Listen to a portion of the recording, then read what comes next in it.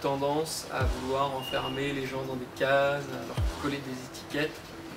Et en fait, je pense que c'est la force de l'entrepreneuriat et c'est, je pense, un peu ma vision du monde en tant qu'entrepreneur.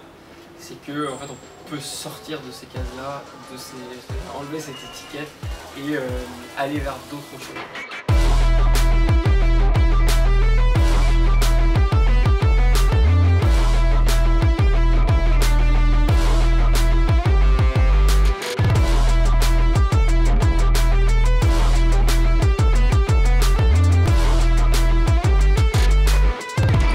Jean-Baptiste, salut.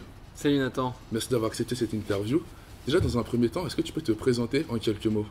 Bien sûr, alors je m'appelle Jean-Baptiste Tachard, j'ai 30 ans et je suis le cofondateur de Staff.me. Alors, Staff.me, est-ce que tu peux nous parler un petit peu de ce projet, de quel constat est né ce projet, quel est un petit peu le concept? Alors c'est très simple, Staff.me c'est une boîte qu'on a montée, qu'on a associée à Maury en 2016, et donc il y a maintenant 5 ans. Et le concept est très simple, c'est d'offrir une plateforme de job étudiant. En gros, de mettre en relation des étudiants qui ont un statut d'auto-entrepreneur avec des entreprises pour des prestations ponctuelles. Et l'idée, c'est d'offrir une nouvelle expérience de travail pour ces étudiants en leur permettant d'accéder à du travail à la carte, donc hyper facile d'accès, et le tout dans des conditions sécurisées. Staff.me, leader des missions ponctuelles, qu'est-ce que ce slogan, ce titre qui vous est valu, à quoi ce titre te fait penser? Alors c'est souvent ce qu'on dit, ouais, parce qu'en fait on a vraiment créé la solution pour offrir une alternative aux étudiants pour leur proposer du travail ponctuel. Parce qu'on a fait le constat qu'en France en fait il y avait beaucoup d'étudiants, 2 500 000, beaucoup d'étudiants qui travaillent, à peu près plus de 50% travaillent pendant l'année, et pourtant pas de vraie structure pour leur permettre de travailler facilement. Parce qu'un étudiant, qu'est-ce qu'il va chercher? Il va chercher du travail qui est bien payé, du travail qui est accessible facilement et du travail qui est flexible, qui s'adapte à son emploi du temps. Et donc moi quand j'ai monté la boîte, j'étais encore étudiant et en fait avec mon associé on a créé un peu la solution dont on aurait rêvé si on avait été étudiant. Et c'est vrai qu'après 5 ans de travail, on a près de 350 000 jeunes staffers, c'est comme ça qu'on les appelle, qui sont inscrits sur la plateforme. Et du coup on se revendique cette place de leader du travail étudiant en France. Pendant ces 5 ans, par quelles émotions es-tu et êtes-vous passé avec mon associé? Comment résumes-tu ces longues années de travail? Alors je pense que vraiment la chose importante dans l'entrepreneuriat, c'est justement le dernier mot que tu utilisais, c'est le mot travail. En fait, on parle beaucoup de l'entrepreneuriat, des entrepreneurs, de la réussite, etc. Mais je pense que ce qui caractérise la réussite de tous les entrepreneurs, c'est vraiment cette faculté à mobiliser une capacité de travail très importante. Nous, on a une devise chez Staff.me qui est, alors ça fait pas très Startup Nation parce que c'est en latin, qui est Labor Improbus Omnia Vincit. C'est le travail acharné vient à bout de tout. Et je pense que s'il y avait un fil rouge dans ce parcours entrepreneurial qui n'a que 5 ans, ce serait vraiment ça, c'est se dire que on a beau avoir du talent, on a beau avoir de la chance, mais en fait si on veut vraiment réussir, il faut du travail. Et moi je prends souvent aussi cette comparaison, je suis un grand fan de foot et donc je lis beaucoup sur le foot, je regarde beaucoup de documentaires, etc. Et je me rappelle d'un documentaire sur Cristiano Ronaldo où c'était ses entraîneurs en fait qui étaient interviewés pour raconter le parcours de Cristiano Ronaldo et pourquoi Cristiano Ronaldo était vraiment meilleur que tous les autres footballeurs. Et en fait, ce qu'il disait, c'est que certes, Cristiano Ronaldo avait du talent, il a sûrement eu de la chance, mais avant tout, Cristiano Ronaldo, c'est un bourreau de travail. C'est-à-dire que c'est celui qui arrive 1 heure avant tout le monde à l'entraînement, qui pendant 1 heure après s'entraîne à tirer des coups francs, et qui après le soir va faire 200 abdos.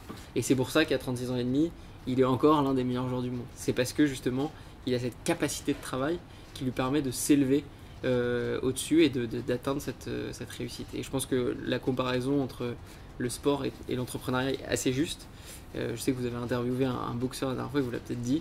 Je pense que voilà, si un jeune veut se lancer dans l'entrepreneuriat, ce qu'il faut qu'il sache, c'est que ça demande beaucoup de travail. Et en même temps, c'est ce travail qui l'amènera vers la réussite. Être un bourreau de travail, ça crée vraiment une vraie différence au niveau des résultats. Comment abordes-tu tes résultats? Est-ce que tu as été étonné? Comment tes résultats se sont arrivés? quels sont ces résultats et comment les as-tu abordés? Alors nous, on avait un objectif au départ qui était de toucher un maximum de jeunes et de révolutionner d'une certaine manière. Enfin, c'est même ce qu'on utilisait, le terme qu'on utilisait au début, révolutionne. StaffMe révolutionne le travail étudiant, de révolutionner l'approche qu'on pouvait avoir de ce secteur-là. Et donc moi, c'est un peu le grand critère d'évaluation de cette réussite, il est là. C'est-à-dire qu'on va regarder si on touche beaucoup de jeunes, si on touche des jeunes partout sur le territoire national, si ces jeunes sont contents de la solution, s'ils trouvent un vrai service. Et c'est comme ça qu'on va évaluer la réussite. Et c'est aussi dans la façon dont on va permettre à ces jeunes d'aller vers autre chose. C'est-à-dire qu'on a toujours considéré StaffMe non pas comme une fin en soi. C'est-à-dire que pour nous, c'est un moyen pour aller vers autre chose, pour gagner en employabilité. On a l'habitude d'utiliser ce terme-là. StaffMe, c'est un tremplin vers l'emploi. C'est grâce à ça que tu vas permettre, enfin, c'est ça qui va te permettre quand tu es jeune de gagner de l'expérience, de rencontrer du réseau, de gagner aussi un peu d'argent pour financer tes études, tes loisirs. Et c'est ce qui va te permettre demain d'être beaucoup plus valorisé sur le marché du travail quand tu vas arriver, parce que tu auras tout le bagage de ces expériences précédentes qui t'auront appris à agir comme un professionnel et à demain trouver la voie qui te convient, que ce soit une voie dans du travail salarié avec un CDI qui est parfois pris comme un peu le Graal en France, ou, et c'est très bien aussi, via l'entrepreneuriat en montant son projet. L'entrepreneuriat est un réel risque et pour beaucoup de personnes ont peur de la notion d'entrepreneuriat car ça prend énormément de risques. Les résultats peuvent varier d'un mois à un autre. Quelle est la solution de StaffMe? Quelle est la recette qui explique une telle longévité? Alors je sais pas si on a une telle longévité, parce qu'en soi 5 ans c'est pas non plus énorme. C'est un peu, quand on regarde des entreprises, quand on compare avec des entreprises familiales, etc., on est quand même assez loin de telle réussite dans le temps. Qu'est-ce qui explique ça? Je pense que c'est en fait on est arrivé à un moment où il y avait un vrai besoin. Et pourquoi à ce moment-là il y avait un vrai besoin? Parce qu'il y avait d'un côté le développement du numérique qui en fait a bouleversé les habitudes de consommation d'un certain nombre de jeunes. C'est-à-dire qu'aujourd'hui, si tu veux consommer du divertissement, ben, tu vas directement sur Netflix et clac, on va te proposer le film qui te convient. Et nous, en fait, ce qu'on a voulu faire, c'est apporter cette même expérience d'instantanéité et d'accessibilité, mais pour le travail. C'est-à-dire que tu es staffeur, tu es étudiant, tu veux travailler, tu indiques que tu veux travailler que le jeudi, et tu vas recevoir directement une offre pour le jeudi. Un peu comme quand tu allumes ton Netflix, tu as la proposition du film qu'il faudrait que tu vois ce soir parce que avant tu avais vu tel ou tel film. Et en ça, c'est vraiment une expérience de travail qui est totalement différente. D'habitude, quand tu es étudiant et que tu veux travailler, ben en fait, ce que tu vas faire, c'est que tu vas aller déposer ton CV dans un centre commercial si tu es un peu le plus old school. Sinon, tu vas aller candidater sur le Bon Coin, tu vas passer les entretiens, etc. Là, nous, on renverse complètement le paradigme, c'est-à-dire que c'est plus toi qui vas vers le boulot, mais c'est le boulot qui vient à toi directement sur ton téléphone. Tu souhaites l'accepter, tu fais oui, tu vas effectuer la prestation.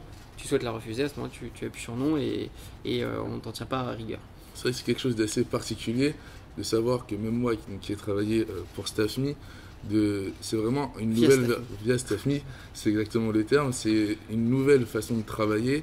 C'est vrai que beaucoup de personnes font leur première expérience et quand j'ai moi-même fait le recrutement via StaffMe, j'ai vu énormément de profils, donc c'était la première expérience.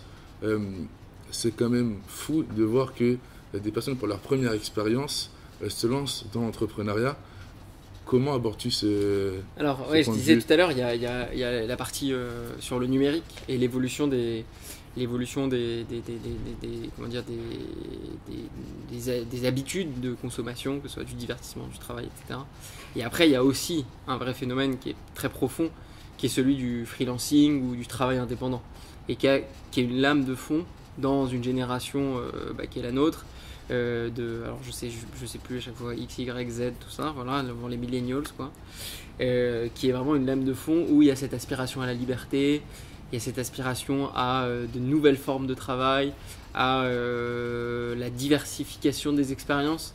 Enfin, c'est vraiment quelque chose qu'on voit, et nous on a été très surpris d'ailleurs quand on a lancé la plateforme. On sait que l'auto-entrepreneuriat, le freelancing n'allait pas être très développée dans cette population, même si ça existait déjà. Enfin, moi, quand j'ai monté Staffme, j'étais moi-même auto-entrepreneur, donc je savais bien ce que c'était. Mais en fait, on a été très surpris, et c'est de plus en plus le cas, c'est qu'en fait, dans cette génération, la majorité, enfin une très grande partie en tout cas des jeunes sont déjà auto-entrepreneurs, pour des tas de raisons. Parce que ils sont dans le numérique et du coup ils créent des sites internet. Parce que ils ont fait une expérience de la livraison avec les plateformes de livraison. Parce qu'ils font du dropshipping. Pour tout un tas de raisons, il y en a énormément et ça se voit dans les chiffres. C'est-à-dire que quand on regarde les chiffres de l'auto-entrepreneuriat en France, je crois que c'est plus de 70% des créateurs d'auto-entreprises ont moins de 30 ans. Il y a un vrai phénomène générationnel d'aspiration à une autre forme de travail, plus flexible, moins engagée. Et ça ne veut pas dire qu'en fait ça va faire disparaître le salariat. Ça va venir en fait en complément pour des publics qui recherchent justement cette liberté, cette flexibilité. Et nous, on s'est vraiment pour ça attaqué au public étudiant, où on a vu qu'en fait c'était le meilleur moyen en fait de leur permettre d'avoir des jobs flexibles, bien payés, et le tout dans un cadre juridique sécurisé. L'entrepreneuriat part souvent d'un déclic. Quel a été ton déclic qui t'a donné envie de te lancer dans cette aventure? Alors je ne saurais pas remonter à un déclic précis. J'ai pas eu comme ça une apparition où je me suis dit ok, c'est ça qu'il faut que tu fasses. Je pense que ça vient des différentes personnes que j'ai fréquentées, etc. Notamment mon associé qui a un double parcours à la fois d'avocat et d'entrepreneur. Moi j'étais moi-même avocat. Donc je pense que ça m'a rendu aussi la chose accessible. Je me suis dit ok, c'est quelque chose, entreprendre c'est quelque chose qui est possible, il y en a qui le font, qui réussissent, parce que je viens pas du tout d'une famille d'entrepreneurs. Et puis après il y a aussi tout l'environnement scolaire. J'étais dans une école de commerce, dans un parcours entrepreneuriat, et c'est vrai qu'en fait il y a du coup une acculturation très forte à cette destinée professionnelle. Et puis il faut pas le nier, il y a aussi une vraie mode. J'espère que ça dépassera le stade de mode, mais de l'entrepreneuriat, c'est quelque chose qui est maintenant très plébiscité par les jeunes. Oui, tu as fait une rencontre Staffme, à la tête de Staffme, vous êtes donc deux. Quels sont les 3 piliers d'une union entrepreneuriale? Quels conseils pourrais-tu donner à 2 jeunes ou aux jeunes que vous étiez quand vous avez commencé cette aventure? Quels sont les 3 points à ne surtout pas négliger? Alors nous on a une association qui est particulière parce que en fait Amaury a 20 ans de plus que moi. Et en fait ce qui s'est passé c'est que donc, je travaillais avec lui comme avocat et lui avait déjà monté 2 boîtes. Et en 2015, donc un an avant de monter Staffme, on s'est parlé, on s'est dit ah bah voilà. Moi je lui ai dit j'hésite à devenir avocat, et lui m'a dit mon projet de 2016 c'est de remonter une boîte. Donc on s'est dit ok, parlons-en ensemble. Et on s'est dit ok, on va monter quelque chose, un projet ensemble, on va s'associer, mais on savait pas encore du tout ce qu'on allait faire. Et donc je pense que ça c'est un des premiers points qu'il faut pas négliger, c'est ce fit naturel. C'est en fait une association, c'est avant tout une association humaine. Donc il y a un besoin d'entente, de compréhension, d'écoute, et que nous on avait parce qu'en fait on avait déjà travaillé ensemble. Donc on savait comment se comporter l'un par rapport à l'autre, comment on fonctionnait, etc. Donc ça je pense que c'est un premier point important. Ensuite le deuxième, et j'y reviens, mais en même temps c'est aussi ce qui caractérise notre association, c'est je pense tous les deux une force de travail importante et une envie de se dépasser et d'aller vers la réussite, enfin d'amener le projet vers une réussite. Et puis la troisième chose, je pense que ce qu'il faut aller chercher c'est de la complémentarité. Alors, c'est assez basique, hein, mais c'est important, et cette complémentarité elle n'est pas que dans les compétences, parce que tu vois typiquement moi dans mon association on a un peu le même parcours, même si on n'a pas la même expérience sur la compétence pure scolaire disons. On a le même parcours. Après, on est allé chercher cette complémentarité autre part, notamment dans l'expérience. De fait, moi j'avais un peu moins d'expérience et du coup, j'ai essayé de me nourrir de ça. Et aussi même dans les caractères. C'est-à-dire qu'on n'a pas du tout la même façon d'aborder les problèmes, etc. Et je pense qu'en fait, c'est la complémentarité de ces caractères qui sont très différents qui font la force de cette association. À quoi ressemble le quotidien d'un entrepreneur ? C'est ça qui est bien, c'est qu'il est assez différent. Il n'y a pas de train-train quotidien. C'est assez varié. En fait, ça évolue en fonction du stade de développement de l'entreprise. Comme je te disais, au début, on est 2. Maintenant, on est une 60aine. Donc déjà, ça évolue. Les missions, elles évoluent. Au début, tu fais tout. Puis après, tu délègues des choses. Donc tu fais de nouvelles choses. Tu vas faire du recrutement. Tu vas essayer de créer du collectif. Tu vas faire du commercial. Donc c'est très difficile de répondre à cette question parce qu'il n'y a pas vraiment de quotidien. C'est gérer je pense que c'est gérer des problèmes globalement et essayer d'apporter de l'énergie. Je pense que c'est vraiment hyper important. C'est essayer d'apporter de l'énergie pour pousser le collectif à se dépasser et à justement grandir, se déployer, toucher de plus en plus de personnes. Avant de te rencontrer, j'ai entendu parler moi-même de Staffme, du bouche à oreille par des amis, et ce qui est finalement peut-être la suite d'un réseau. Hein. Finalement, Staffme est un réseau avec 60 collaborateurs, comme tu disais. Comment décrirais-tu ce réseau? Alors c'est sûr qu'il y a je pense qu'il y a un vrai réseau quasiment d'alumni Staffme. On le voit sur la plateforme. En fait, on a aujourd'hui 350 000 jeunes qui sont inscrits sur la plateforme, donc ça fait pas mal de monde. Et ça, on l'a fait sans faire... on n'a jamais fait de marketing, on n'a jamais dépensé 1 euro en publicité, Facebook, dans le métro, etc. Et on a tout basé sur l'exécution et du coup le bouche à oreille. C'est-à-dire que comment ça se passe sur Staffme, vous avez une personne qui entend parler de Staffme, qui s'inscrit, qui travaille via Staffme, ça se passe bien. Du coup, elle en parle à 5 de ses amis. Il y en a 3 qui s'inscrivent et au bout de 3 semaines, il y en a 2 qui travaillent. Et ça, c'est toujours fait comme ça. Et c'est vraiment, je pense que la clé, c'est en fait la bonne exécution. C'est-à-dire qu'on a une promesse, c'est de rendre le job étudiant accessible et l'offrir dans un cadre sécurisé et aussi offrir une nouvelle expérience de travail. Et quand on répond, qu'on exécute bien cette promesse-là, à ce moment-là, la force du réseau se met en place.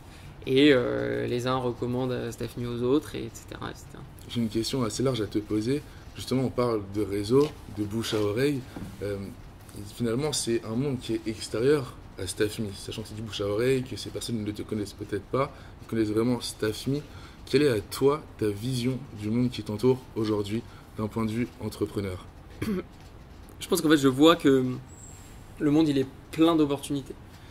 C'est-à-dire qu'on a une tendance à vouloir enfermer les gens dans des cases, à leur coller des étiquettes. Et en fait, je pense que c'est la force de l'entrepreneuriat et je pense un peu ma vision du monde en tant qu'entrepreneur. C'est que en fait, on peut sortir de ces cases-là, enlever cette étiquette et aller vers d'autres choses. Et je pense qu'il y a des tas de domaines qui attendent d'être révolutionnés, d'être changés, d'avoir un peu une nouvelle approche. Et je pense que ma vision du monde, c'est que le monde est plein d'opportunités et qu'il faut les saisir et essayer de faire feu de tout bois pour justement s'extraire du train-train quotidien, des habitudes et de la case dans laquelle on veut te mettre à tout moment. Que dirais-tu au petit Jean-Baptiste? Qui n'a pas beaucoup grandi en hauteur. Qu'il reste le petit Jean-Baptiste, non. Sans plaisanterie. Je sais pas, qu'il faut qu'il croie en ses rêves. Je pense que c'est vraiment quelque chose d'important. C'est aussi ce côté opportunité, savoir saisir les opportunités, savoir se dépasser. C'est un côté important. C'est suivre sa bonne étoile et croire en ses rêves. Je pense que c'est vraiment ce que j'aurais dit si je m'étais rencontré à 20 ans. Et j'espère que je le fais. Alors après, c'est parfois un peu fatigant de croire en ses rêves parce que ça demande beaucoup d'énergie et beaucoup de... parfois on se dit, est-ce qu'on ne ferait pas mieux d'être se ranger dans un coin et suivre une petite route linéaire, tranquille. Mais je pense qu'en fait, on est pleinement heureux et pleinement épanoui quand on arrive à se réaliser et justement à croire en son rêve. Et le monde est plein d'opportunités, donc ces rêves, ça peut être un tas de choses différentes. Et il y a des gens Et c'est la force d'ailleurs de l'être humain, c'est qu'on est tous très différents et du coup on s'épanouit pas tous dans la même chose. Il y en a que ça va être la réussite professionnelle, il y en a d'autres ça va être la réussite financière, il y en a d'autres ça va être la reconnaissance parce qu'ils sont les spécialistes d'un sujet, il y en a d'autres ça va être la construction d'une famille. Enfin, voilà, il y a plein de voies d'épanouissement. Mais ce qui est sûr, c'est que je pense qu'il faut, le but, c'est d'aller chercher cette voie d'épanouissement. Une petite dernière question, parce que là on a parlé du petit Jean-Baptiste. Où vois-tu le Jean-Baptiste? Où te vois-tu dans 5 ans? C'est une très bonne question aussi, difficile. Difficile parce qu'on ne sait pas de quoi demain sera fait. Et c'est vrai qu'en plus les derniers mois nous ont appris à faire très attention, à ne pas faire des prédictions dans tous les sens. Dans 5 ans, je sais pas, il faudra qu'on refasse une interview avec Nathan et voir où j'en serai. Non, je pense que je serai toujours avec Staffmi, et ce que j'espère c'est qu'on aura réussi à le développer plus, c'est-à-dire avoir touché plus de jeunes et qu'on pourra continuer à voir en fait les fruits de ce qu'on fait. Et les fruits, quels sont-ils? C'est le fait d'avoir des jeunes qui viennent nous voir et qui nous disent bah voilà, il y a 3 ans, je m'étais inscrit sur Staffmi, j'ai fait quelques boulots à droite à gauche, puis finalement il y en a un qui m'a vachement plu, je me suis super bien entendu et maintenant ça fait 4-5 ans que je suis dans cette entreprise et j'en suis devenu le directeur commercial. Et ça, moi, il n'y a rien qui me rend plus heureux que d'avoir permis via notre solution à des jeunes de justement trouver leur voie et s'épanouir dans leur travail. Jean-Baptiste, un grand merci d'avoir pris le temps de nous accueillir et de répondre à nos questions. Je vous souhaite tout le meilleur pour la suite. Merci Nathan. Merci beaucoup. Merci beaucoup.